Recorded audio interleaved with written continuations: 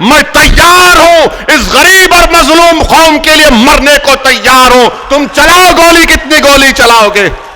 تمہاری گولیاں ختم ہو جائے گی، مگر انشاءاللہ تعالی میں موت سے ڈرنے والا نہیں۔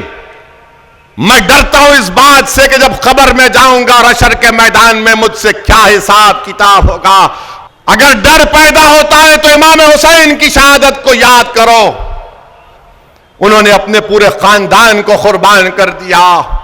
حضرت بلال کے اس قربانی کو یاد کرو کہ گرم گرم ریت پر لٹا کر، گرم پتھر رکھ کر کوڑے مارے جاتے تھے، اور بلال پکارتے تھے احد احد احد۔ میرے عزتدار ماں اور بہنوں، اپنی اولاد کو بہادر بناؤ، دین سے اپنے رشتے کو مضبوط رکھو۔ خاموش بیٹھنا میری فطرت میں نہیں ہے۔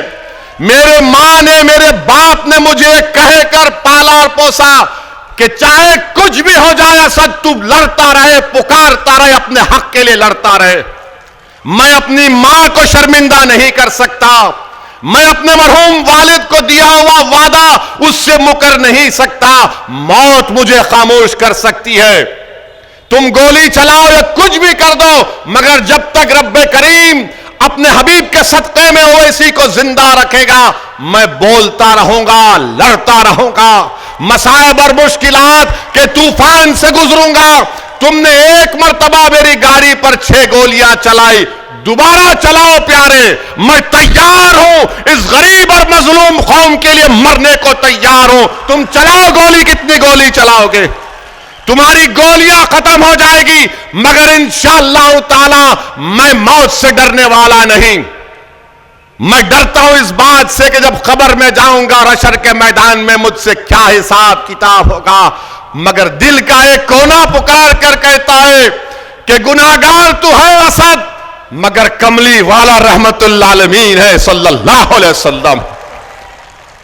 میرے عزیز دوستوں اور بزرگوں، ہمتوں کو بلند رکھیے، اس مصائب اور مشکلات کا خاتمہ ہوگا۔ حضرت سمیہ کو نیزہ مارا گیا، وہ شہید ہو گئی۔ رسول اللہ صلی اللہ علیہ وسلم کی صاحبزادی کو نیزہ مارا گیا تھا۔ اگر ڈر پیدا ہوتا ہے تو امام حسین کی شہادت کو یاد کرو، انہوں نے اپنے پورے خاندان کو قربان کر دیا۔ حضرت بلال کے اس قربانی کو یاد کرو کہ گرم گرم ریت پر لٹا کر، گرم پتھر رکھ کر کوڑے مارے جاتے تھے، اور بلال پکارتے تھے احد احد احد۔ میرے عزتدار ماں اور بہنوں، اپنی اولاد کو بہادر بناؤ، دین سے اپنے رشتے کو مضبوط رکھو، دین سے رشتے کو مضبوط رکھو۔ حجاب پہنیں گے، برقع پہنیں گے، چادر پہنیں گے، کسی ظالم حکومت کے فیصلے پر ہم اپنے دین سے دستبردار نہیں ہوں گے، تمہارے ظلم سے ہم اپنے دین سے دستبردار نہیں ہوں گے۔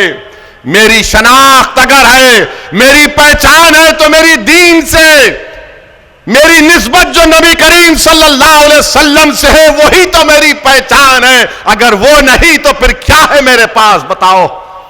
اس دولت کو بچاؤ، ہمت سے کام کرو، اپنے حوصلوں کو بلند رکھو،